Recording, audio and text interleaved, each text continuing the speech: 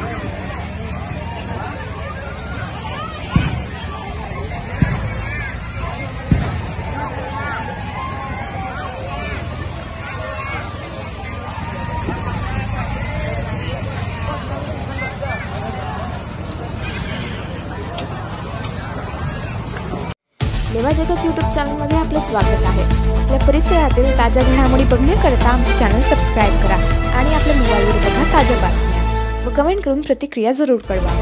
बघत रहा लेवा जगत। धन्यवाद।